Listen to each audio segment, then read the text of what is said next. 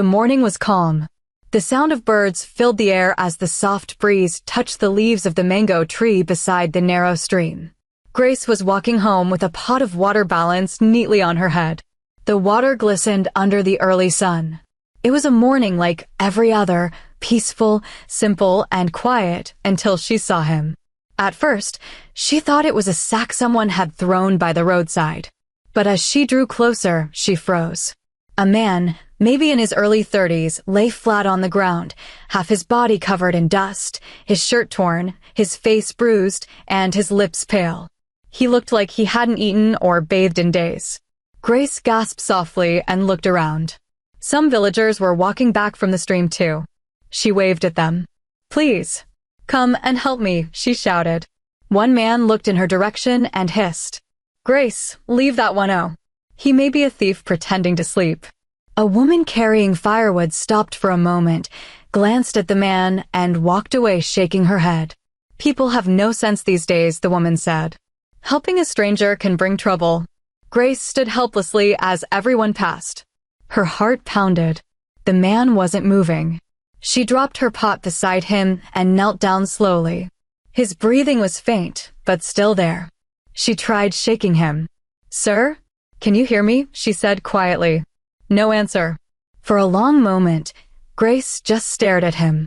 "No," she whispered to herself, "I can't leave him here to die." She tore a piece from her wrapper and wiped the dirt from his face. His skin was warm, but his body weak. She stood up, looking at the long path that led home, then at the man lying before her. "I can't lift you," she murmured, "but I will try." Grace dragged him slowly, pausing every few steps to rest. Her bare feet sank into the soft soil as the morning sun rose higher. Sweat ran down her face, but she didn't stop. She was alone, struggling, yet determined. By the time she reached home, her legs were shaking. Her mother, Mandy, was outside sweeping. The moment she saw Grace dragging a strange man toward the house, she dropped her broom and shouted, "Grace, have you gone mad? Who is this?" "Mama, please," Grace said, panting. "I found him by the stream. He's unconscious." Nobody helped him. Her mother frowned deeply. "And so? Since when did you become a nurse?" "Take him back there." "Mama, he's dying. Please, at least let him rest first." Before she could finish, her mother's palm landed sharply on her cheek. Slap. "You've turned into a good Samaritan, ABI? You think life is a storybook? You don't know who he is. He might be a criminal." Tears filled Grace's eyes. "But, Mama." "No but. Return him now before people say my daughter is bringing strange men home." Grace bent her head in silence, holding back her tears. The man was still lying weakly on the ground. His face looked peaceful, almost innocent. She couldn't abandon him. So, when her mother entered the house angrily, Grace waited a moment then whispered softly, "I'll find another way." She wrapped the man's arm around her shoulder and dragged him again, this time toward the hut of an old herbalist who lived by the edge of the village. The man was heavy, but she didn't give up. When she reached the herbalist's hut, she knocked gently. The old man came out surprised. "Grace? Who is this?" "Please, Baba," she said, breathless. "I found him unconscious by the stream. My mother refused to let me bring him home. Please help me save him." The old man looked at her for a long time, then nodded slowly. "You have a good heart, my daughter. Leave him here. I'll do my best." Grace smiled weakly, relief washing over her tired face. She had done her part. She turned to leave, but looked back at the man one more time. Something about him felt special, like fate had just begun its work. The next morning came quietly, the kind of calm that makes a village feel half asleep. Grace woke early, her eyes still heavy from the long night. She hadn't told her mother where she had taken the unconscious man. She only said she was going to fetch firewood. Inside her heart, however, she knew she was going to check on him, the stranger whose face she couldn't stop thinking about. When she got to the herbalist's hut, the smell of herbs filled the air. Birds perched on the roof, chirping softly. The old herbalist, Baba Ekin, sat outside grinding leaves in a wooden mortar. "Good morning, Baba," Grace greeted respectfully. He looked up and smiled faintly. "Morning, my daughter. You came early. Your stranger is still alive, but he's weak. His body is fighting for strength." Grace's heart leapt. "Thank God he's alive," she said softly, her voice full of relief. Baba pointed to the small hut at the corner. "Go inside and see him, but don't disturb him too much." Grace walked slowly into the small hut. The man lay on a mat, wrapped in an old blanket. His hair was messy, his beard rough, and his face pale but peaceful. She knelt beside him, gently touching his hand. It was warm. "Thank you, Lord," she whispered. "Please let him live." Every day after that, Grace came to the herbalist's hut to check on him. Sometimes she came with herbs, sometimes with porridge, sometimes with just prayers. The herbalist treated him with care, but his medicines cost money. Grace had none. So she decided to work on people's farms to pay for his treatment. Under the hot sun, she bent over the fields, planting and weeding. Her clothes were soaked with sweat, her hands rough from work. Some of the villagers mocked her. "Grace, who is this stranger you're suffering for?" one woman said. "Maybe he's a spirit. When he wakes, he'll vanish and leave you with empty pockets." Grace only smiled weakly. "If he lives, that's enough for me." Her mother, Mandy, noticed that Grace came home late and left early. "Where have you been going?" she asked one evening, her tone sharp. "To the herbalist's farm," Grace lied softly. "He needs help with work." Her mother eyed her suspiciously.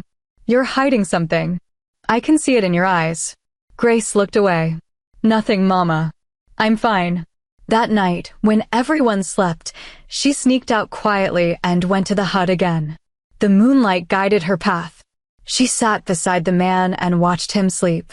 His chest rose and fell gently, and she found herself wondering what kind of life he had lived before this moment. Who was he? Why was he found near their stream, alone and broken? Days turned into weeks. The herbalist continued his treatments. Grace continued her labor. Her mother continued to complain. But Grace didn't care anymore. She had made up her mind to see the stranger through. One afternoon, as she was working on a farm not far from the stream, she heard the familiar voice of her mother. "So this is where you've been wasting your energy?" Mandy said, folding her arms. "You're slaving for a man you don't even know.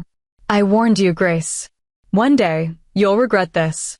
Grace wiped her sweat and looked at her mother calmly. "Mama, if I walk away from someone who needs help, how can I ask God to help me when I need it?" Her mother scoffed. "You think this man is a blessing? He will bring you shame. Mark my words." But Grace didn't argue. She simply turned back to her work. The truth was, she didn't understand her own actions either. All she knew was that every time she saw him breathe, her heart softened. That evening, she returned to the herbalist's hut with a small calabash of food.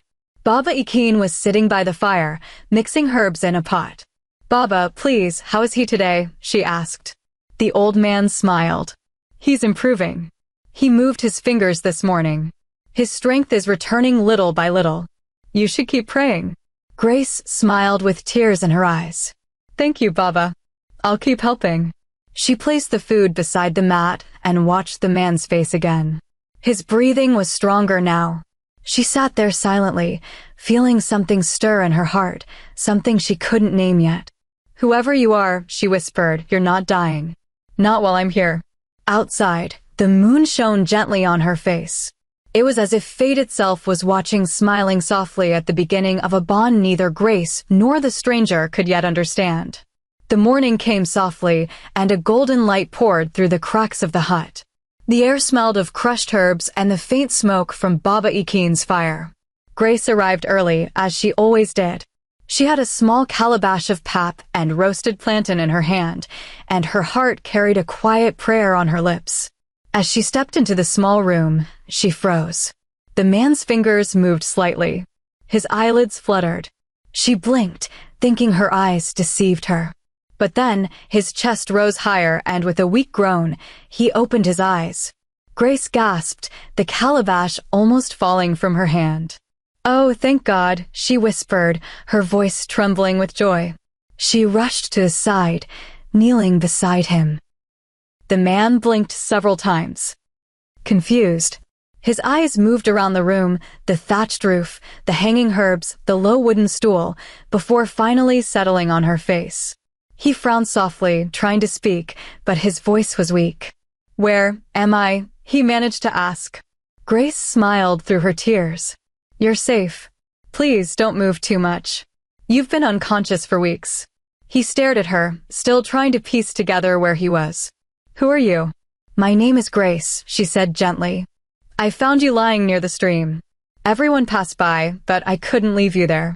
So I brought you to Baba Ikin, the village herbalist. He's been treating you." The man's lips parted slowly. His voice came out in a whisper. "You helped me?" Grace nodded, still smiling. "Yes. I couldn't just watch you die." He closed his eyes for a moment, as if trying to remember something painful. Then he whispered, "My name is Charles." "Charles," she repeated softly. "That's a good name." There was silence for a while. Only the sound of the burning herbs filled the air. Charles tried to sit up, but his body felt too heavy.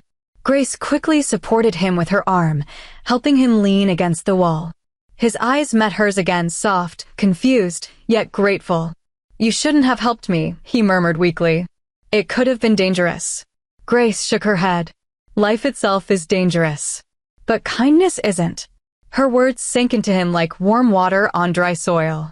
No one had ever said such a thing to him before. His eyes softened. "Thank you for saving me." Grace lowered her gaze shyly. "Don't thank me. Just get better. That's enough." As days passed, Charles began to regain strength. Grace continued visiting every morning and evening, bringing him food, water, and clean clothes. The herbalist treated his wounds and gave him herbal baths. Each day, Charles watched her more, her patience, her humility, her quiet laughter that filled the hut like music. One evening, as the sun began to set, Charles spoke again. "Grace," he said softly, "you've done more for me than anyone ever has." "Why? You don't even know who I am." Grace smiled gently. "When I saw you lying by the stream, something told me it was right to help you. I didn't need to know your name to do that. My heart wouldn't let me walk away." Charles looked at her deeply, his voice faint but sincere. "You have a heart that's pure. People like you are rare." Grace's cheeks warmed. "Don't flatter me. I'm just an ordinary village girl." He shook his head slowly. "No, you're not." That night, when she went home, she found her mother waiting by the door. Mandy's arms were folded, her eyes full of suspicion. "So you've been sneaking to the herbalist's place every day, eh? All for that stranger?" Grace sighed. "Mama, please don't start again." Her mother stepped closer. "Tell me, Grace, what if that man is a criminal? What if you're taking care of a thief?" Grace's eyes filled with tears. "Mama, if he was a thief, God would have shown me." "He's not. He's just lost." Her mother scoffed. "Lost? You'll be the one lost if you don't stop this nonsense." She turned and stormed inside, leaving Grace standing quietly under the moonlight. But Grace didn't stop. The next morning, she went back again. And when Charles saw her walk into the hut with her usual warm smile, his heart lifted. For the first time since his capture, since the darkness he had faced, he felt safe, not because of the herbs or the shelter, but because of the kindness in the eyes of the girl who refused to abandon him. He looked at her and whispered, "Grace, you've brought me back to life." And Grace, smiling softly as she placed his breakfast before him, replied, "Then live well, Charles, that's all the thanks I need." Days turned into weeks, and the man Grace once dragged from the stream was now walking slowly outside the herbalist's hut. His steps were weak but steady, and every time Grace saw him stand, her heart lifted like a bird set free. Baba Ikin would often smile when she came. "Your patient is stronger now, Grace," he'd say with a chuckle. "If not for you, that young man would have been buried by the stream." Grace would smile shyly and glance at Charles, who now helped sweep the compound to show gratitude. His beard was trimmed, his skin brighter, and though he still looked lean, there was strength returning to his frame. One afternoon, as the sun lay golden on the trees, Grace brought him food, boiled yam with palm oil and pepper. Charles smiled warmly when she entered. "You came again," he said softly. I'll keep coming until you're strong enough to chase me away, Grace teased. He laughed gently, the sound still weak but filled with life. That may take a while. Grace placed the food on a small stool. Eat first. You talk too much these days. Charles smiled and ate slowly. After a while, he sighed deeply. Grace, I owe you an explanation. You deserve to know who I am and what happened to me. Grace sat quietly, her hands resting on her knees. I'm listening. Charles looked down for a moment before speaking. My name is Charles Obi. I came to your village for a business inspection. My father sent me from the city to look at a land we wanted to buy near the river. That day, as I returned from the site, some men stopped my car. They had guns. They dragged me out and covered my face with a cloth. I tried to fight them, but there were too many. They hit me hard on the head and threw me into their van. Grace's eyes widened, her breath caught in her throat. I thought that was the end, Charles continued, his voice low. They kept me in an old building for days. I didn't eat, I didn't drink. Then one night, police sirens sounded nearby. They panicked and ran. I tried to crawl out, but I was too weak. I must have wandered through the bushes until I reached your stream. After that, I remember nothing. Grace covered her mouth. Oh my God. He smiled faintly. And that's where you found me. You could have ignored me, like everyone else, but you didn't. You carried me. You saved me. Grace shook her head gently. I didn't save you, Charles. God did. I just obeyed my heart. He looked at her with gratitude. If only the world had more people like you, it would be a better place. They sat in silence for a while. The afternoon wind blew softly through the open window, carrying the smell of herbs and dust. Grace watched him, thinking how strange life could be, how one act of kindness could bring two strangers together. Later that evening, when she went home, her mother was waiting again, arms folded. Grace, where have you been? At Baba Ekin's, she replied quietly. With that man again? Mandy asked sharply. You've made yourself a servant to a stranger. Do you even know who he is? Grace lifted her chin. Yes, Mama. His name is Charles Obi. He was kidnapped on his way from the city. He's not a criminal. Her mother frowned. Kidnapped? Are you sure? Or is that what he told you to make you pity him more? It's the truth, Grace said softly. You should come and see him yourself. Mandy turned away angrily. I have no business with strangers. If anything happens to you, don't call me. Grace swallowed hard. Her mother's heart was firm as stone, but Grace knew one day she would understand. The next morning, Charles walked out of the hut for the first time without help. Grace stood nearby, smiling proudly. You're finally standing strong, she said happily. He looked at her and nodded. Because someone refused to give up on me. Grace laughed softly. Don't make me cry, please. Charles took a deep breath and looked around. The sky was clear, the world bright again. Grace, he said slowly, I need to go home. My father must think I'm dead. He must be worried. Grace's smile faded a little. You're leaving already? Yes, he said gently. But I won't go alone. I want you to come with me. I want my father to see the woman who gave me my life back. Grace froze. Me? Go with you to the city. Charles nodded with a small smile. Yes. You may not know it, Grace, but you've changed everything for me. You gave me hope when I had nothing left. My father must thank you himself. Grace's heart began to race. She didn't know whether to be afraid or excited. Her hands trembled slightly as she smiled shyly. If Baba Ekin agrees, then maybe I'll go. Charles smiled, his eyes warm. Then it settled. And in that quiet moment, under the gentle wind that blew from the trees, Grace didn't know that her life was about to take a turn that would shock the whole village, even her mother who once told her to return the stranger to the stream. The morning Charles decided to leave the village, the sky was bright and calm. The birds were singing as if they knew something special was about to happen. Grace stood outside Baba Ekin's hut, her heart beating fast. She had never traveled beyond the next village, yet here she was, about to go to the city with a man she had once found lying by the stream. Baba Ekin came out of the hut smiling. So, the prince is finally going home, he said teasingly. Charles laughed softly.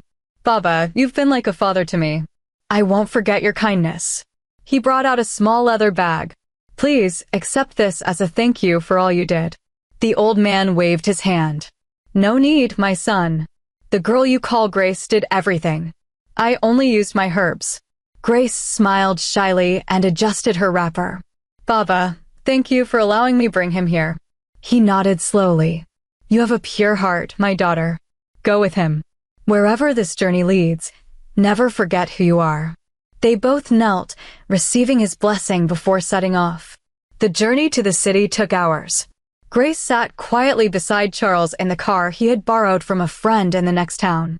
The road stretched long before them, lined with green fields and dusty tracks. She watched the trees rush past and held the edge of her seat nervously. Charles looked at her and smiled. Are you frightened?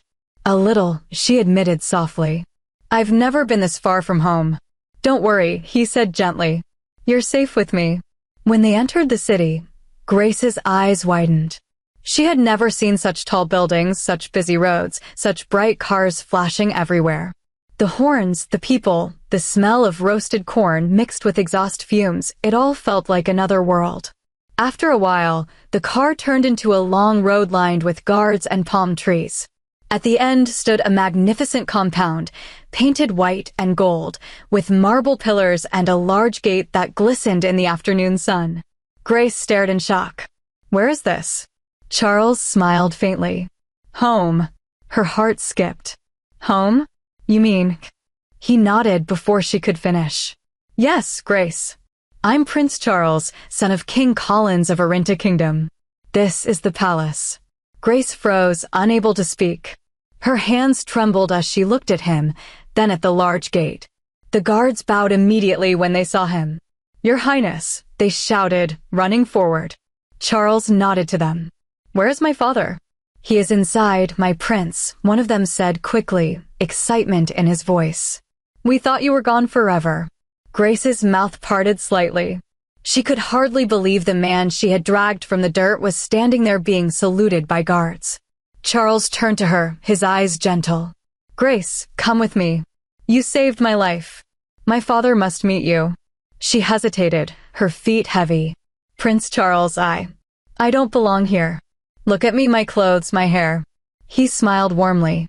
You belong wherever kindness lives, Grace. Don't be afraid. He reached out his hand, and slowly she placed hers in his. Together they walked through the grand gate into the palace. Inside, the atmosphere changed. The palace was filled with servants and golden decorations.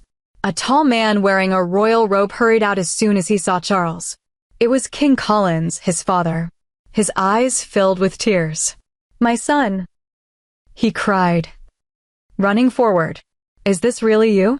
Charles knelt before him, tears glistening. Father, it's me. I came back. The king lifted him up and embraced him tightly. I searched for you everywhere. I thought I had lost you forever. When they finally pulled apart, Charles turned and gently brought Grace forward.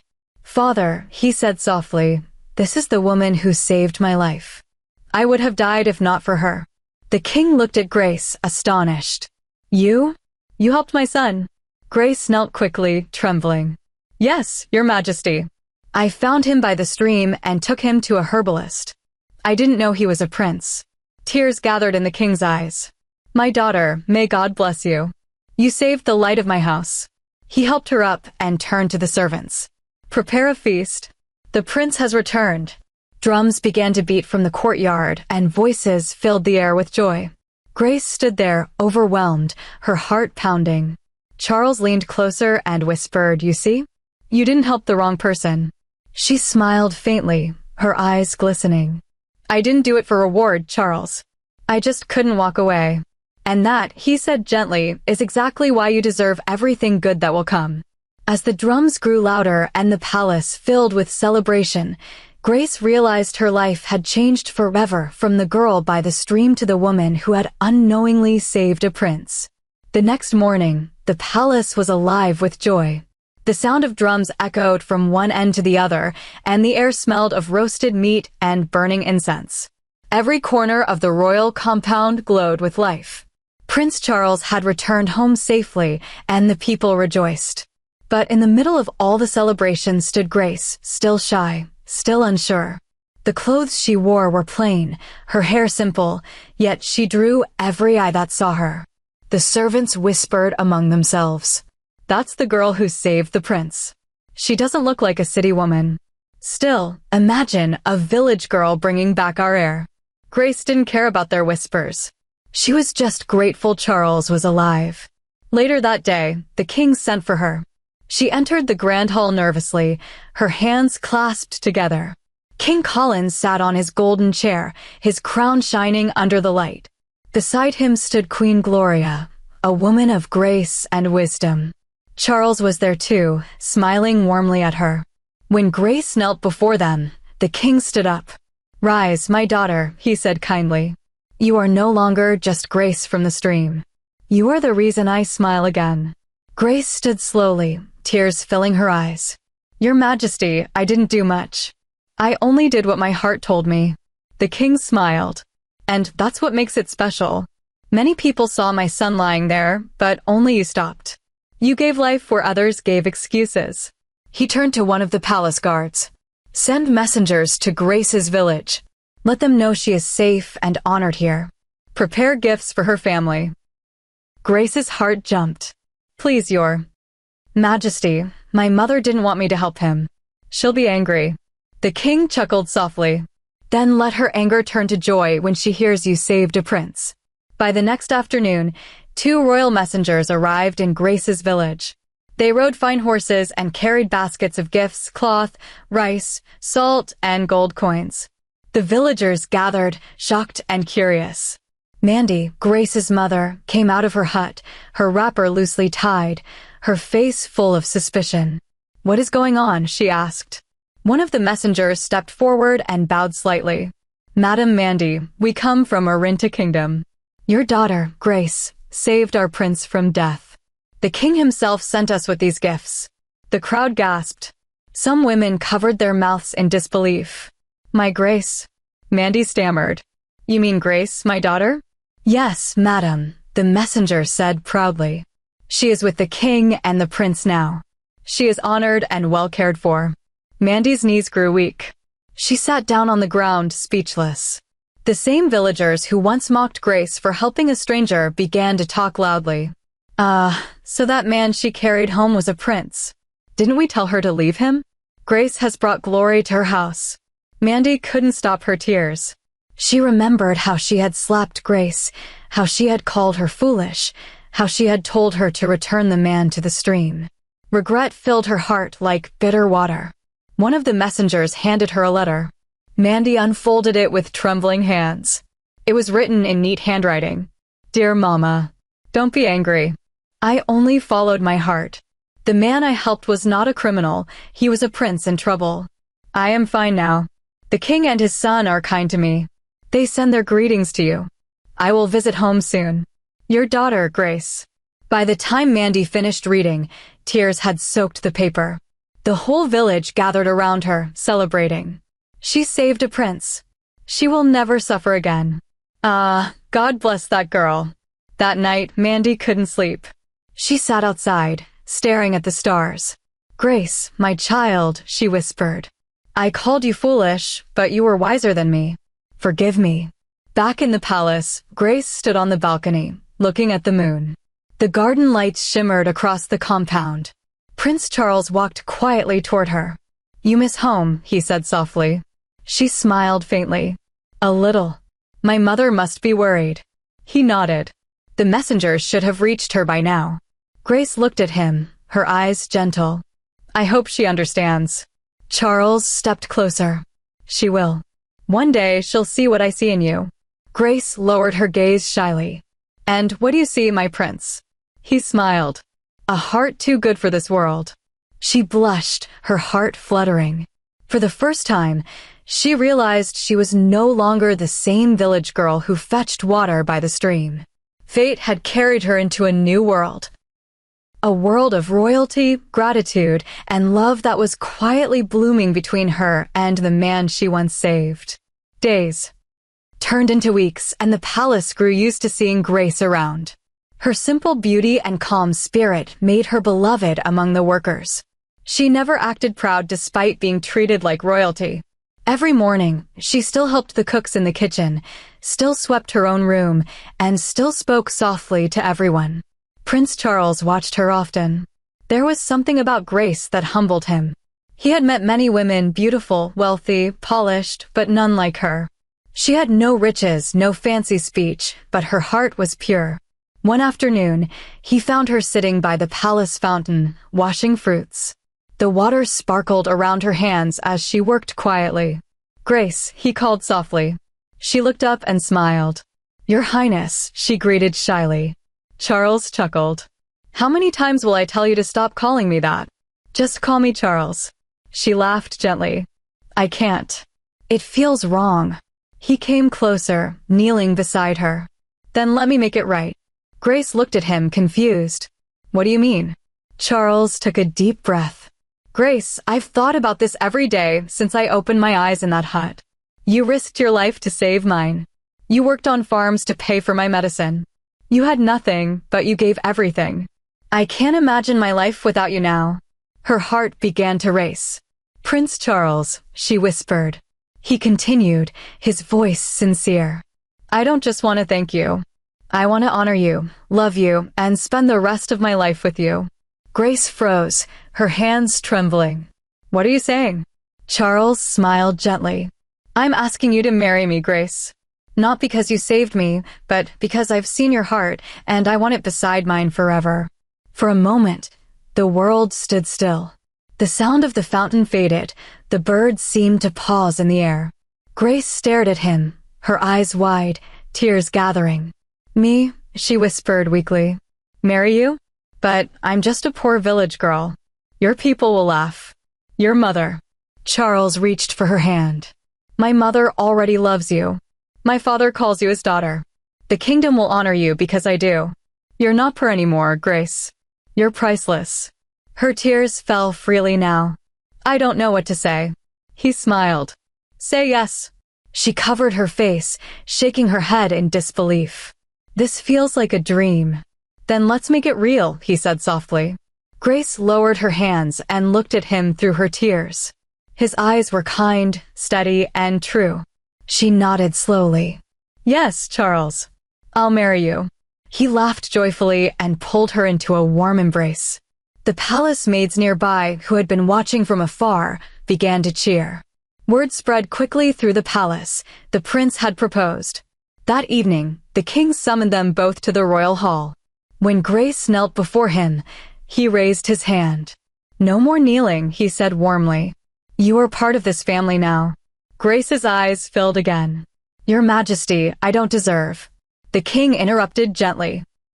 "You deserve everything good in this life, my daughter. You saved what money could not buy, my only child." He turned to the guards. "Prepare for a royal announcement. My son will wed the woman who gave him life." By the next morning, the news had reached Grace's village. The people gathered in the square, shouting in excitement. "Grace is marrying the prince." The same girl her mother called foolish. Who knew her kindness would lift her this high? Mandy sat quietly in front of her house, listening. Her heart was full of both shame and pride. She remembered every harsh word she had spoken, every warning she had shouted. Tears rolled down her cheeks. "My daughter," she whispered, "you proved me wrong. You listened to your heart and found a destiny I couldn't see." She looked at the road that led to the palace and smiled faintly. "God bless you, Grace." Back in the palace, Grace stood before her mirror, dressed in a simple but beautiful gown given to her by the queen. Her heart was peaceful. When Charles entered, he looked at her and smiled deeply. "You're glowing." She blushed softly. "I still can't believe this is happening." He took her hands gently. "Believe it. You saved me once by the stream, but you keep saving me every day with your love, your calmness, your faith." Grace looked up at him with tears shining in her eyes. "And you saved me too, Charles. From a life that didn't believe kindness could matter." He smiled and kissed her forehead. "Then we saved each other." Outside, the drums began to beat again, echoing across the royal courtyard. The kingdom was ready for the wedding of the century, the union of a prince and a village girl whose heart had changed fate itself. The palace glowed that morning. Every corner shimmered with colors of joy, white, gold, and soft pink. The drums beat slowly at first, then louder, calling people from far and near. Flowers hung from the pillars, dancers twirled, and the sound of laughter filled the air. It was the day the whole kingdom had been waiting for, the day Prince Charles would marry the girl who saved his life. Grace stood quietly in her room as maids dressed her. The queen herself adjusted the veil on her head. "You remind me of myself when I was young," Queen Gloria said softly. "But your heart, Grace, your heart is something special." Grace smiled shyly. "Thank you, Your Majesty. I still don't know why all this is happening to me." The queen touched her cheek gently. "Because when others walked away, you stayed. God rewards a pure heart in his own time." Grace nodded slowly, her eyes misty. The memory of that morning by the stream flashed before her, the unconscious man, the villagers passing without care, her mother's slap, and her decision to help anyway. That one act had changed everything. In the grand hall, King Collins stood proudly beside his son, who looked dashing in a royal blue outfit with golden embroidery. The drums quieted when Grace entered. Every eye turned to her. She looked radiant yet humble, her beauty glowing from within.